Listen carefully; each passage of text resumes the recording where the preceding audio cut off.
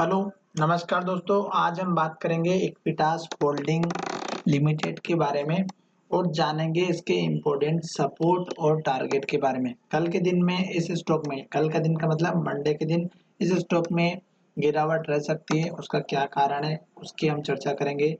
साथ ही ये वीडियो आपकी एजुकेशन के लिए, किसी भी वीडियो में हम आपको किसी भी तरह की बाइंग सेलिंग की एडवाइस नहीं करते हैं। आपने अगर इक्विटास होल्डिंग के स्टॉक ले रखे हैं और आप अगर हमारे वीडियो को पहली बार देख रहे हैं तो सबसे पहले चैनल को सब्सक्राइब करें।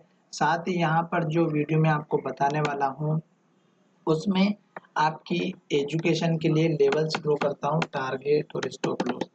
साथ ही आपने अगर डीमेट अकाउंट ओपन नहीं किया है तो मैंने डिस्क्रिप्शन में लिंक प्रोवाइड कर रखी है, आप डीमेट अकाउंट ओपन कर सकते हैं और उसमें आपका ही बेनिफिट रहता है। अगर आपके पास एक अकाउंट है और एक और अगर अकाउंट ओपन करते हैं तो उसका बेनिफिट ये रहता है कि इन केस अगर आप टेक्निकल प्रॉब्लम होने की वजह से आपका लॉस होता है तो आपको दूसरे अकाउंट में जो अमाउंट होता है उसमें आपका बेनिफिट हो जाता है, क्योंकि 50% का अमाउंट दूसरे अकाउंट में आप रखेंगे।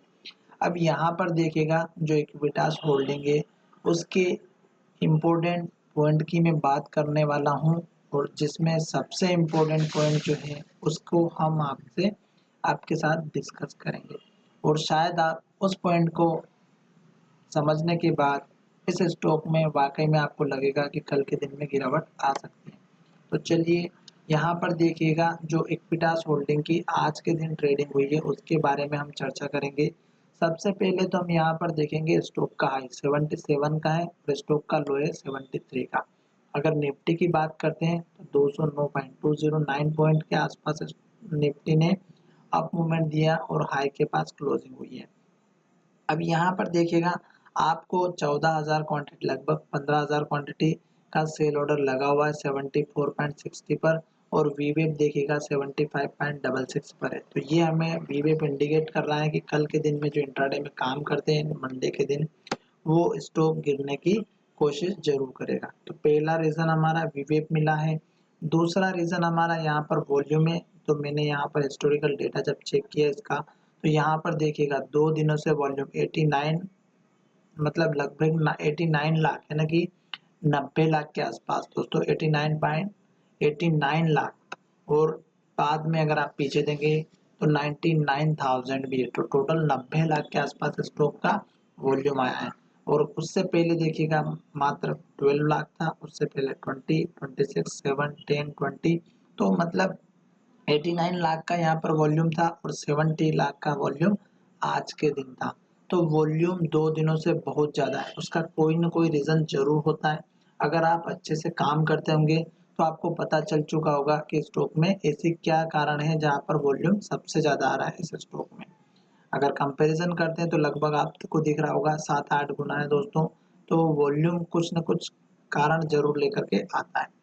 दूसरी बात यहाँ पर आपको देखना है सबसे इम्पोर्टेंट फैक्टर पीई 337 का है, 337 रुपये के आसपास स्टॉक का पी है और सेक्टर के पी की बात करें तो मात्र 31 का है। अब सिंपल लैंग्वेज में अगर मैं आपको समझाऊं तो आपको 1 रुपये कमाने के लिए 337 रुपये, 337.83 रुपीज देना है। ये एक सिंपल लैंग्वेज होती है और सेक्टर में अगर आप देखेंगे तो मात्र 31 रुपये आपको देना है 1 रुपये कमाने के लिए। पी का मतलब ये होता है प्राइस टू अर्निंग रेशियो। अब यहाँ पर हम देखेंगे चार्ट की तरफ तो प्राइस टू अर्निंग रेशियो से हमें पता चला कि ये स्टॉक बहुत कॉस्टली लग रहा है। पर यहाँ पर मैंने वीकली चार्ट लिया हुआ है और वीकली चार्ट में आपको दिख रहा होगा कि इस वीक का जो लो बना हुआ है दोस्तों, आपको यहाँ पर ध्यान रखना है 77.85 का है, यहाँ पर आपको दिखाई देगा लो। तो यहाँ पर इस वीक के यहाँ पर मैं जब कैंडल को लेकर कर्सर लेकर जाता हूँ तो 77.85 का स्टॉक का लो है और आज की जो लास्ट क्लोजिंग थी वीक की उसमें हाई अगर आप देखेंगे तो आप 77.50 का है। तो दोस्तों यही लो यहाँ पर बना हुआ है पहली बार।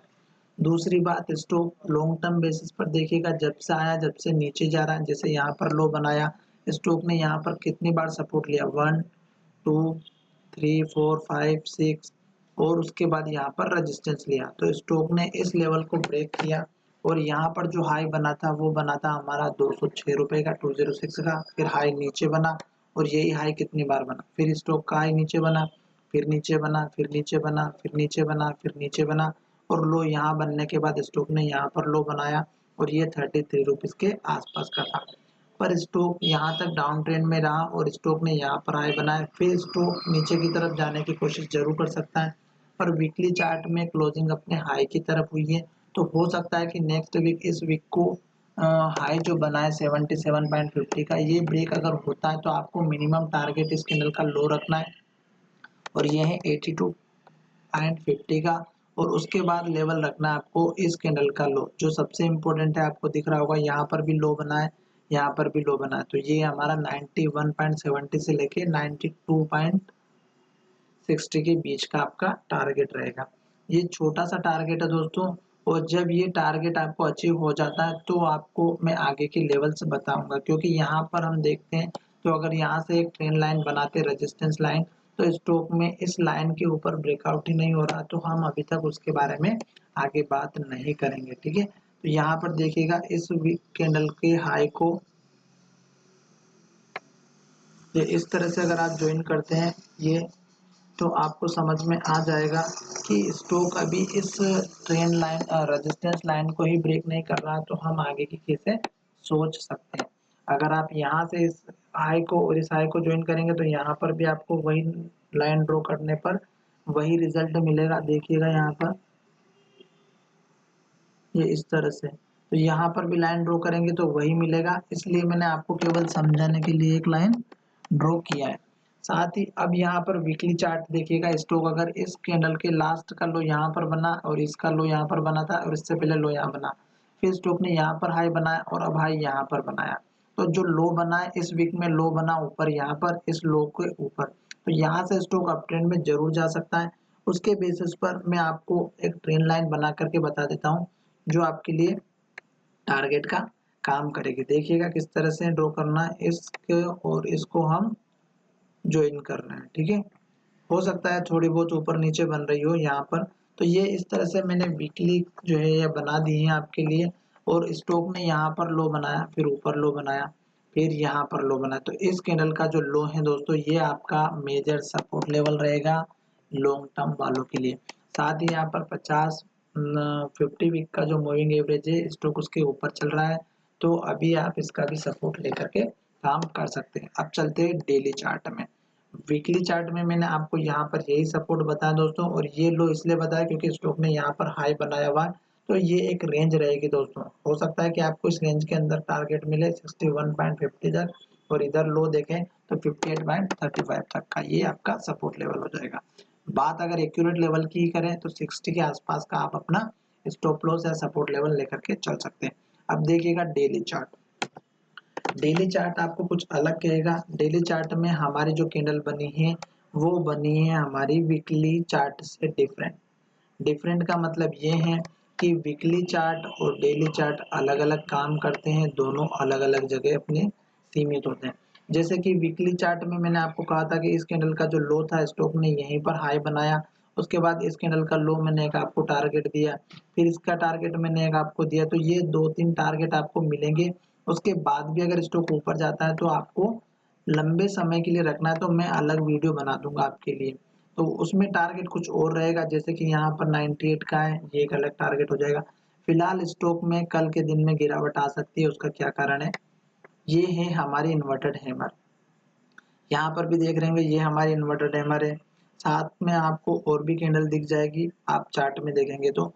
जैसे इस कैंडल का मतलब होता है कि स्टॉक ने ओपनिंग यहाँ पर किया था 73.90 पर, स्टॉक बहुत ऊपर गया 77.50 तक, पर एंड ऑफ द डे यानी कि मार्केट क्लोज होते होते स्टॉक ने जो लो बनाया था 73 का, वहीं जाकर के इसने क्लोजिंग दी है 74.60 के आसपास। तो ये इन्वर्टेड हैमर बनी, और कल के दिन अगर स्टॉक इस लो को तोड़ता है, अब आप देख रहे होंगे इसका जो लो बना है दोस्तों वो इस कैंडल के हाई के पास बना है, 73.50 का हाई है, और स्टॉक ने लो बनाया यहाँ पर 73 का। तो यहाँ पर स्टॉक ने सपोर्ट लिया और अगर ये लो टूटता है तो गिरावट जरूर आएगी। और उस केस में आपको सपोर्ट लेवल जो रखना है वो कौन सा, पहला आप रख सकते हैं इस कैंडल का हाई 70.70 का, और दूसरा रख सकते हैं आप यहाँ पर 68.40 का, और फिर रखेंगे मेजर सपोर्ट लेवल इस कैंडल का लो। ये इसलिए क्योंकि स्टॉक ने यहाँ पर लो बनाया था, फिर स्टॉक ने यहाँ पर लो बनाया और फिर स्टॉक ने यहाँ पर लो बनाया, आपको दिख रहा होगा। तो ये लो आपका मेजर सपोर्ट लेवल होगा डेली चार्ट के बेसिस पर 65.40 का।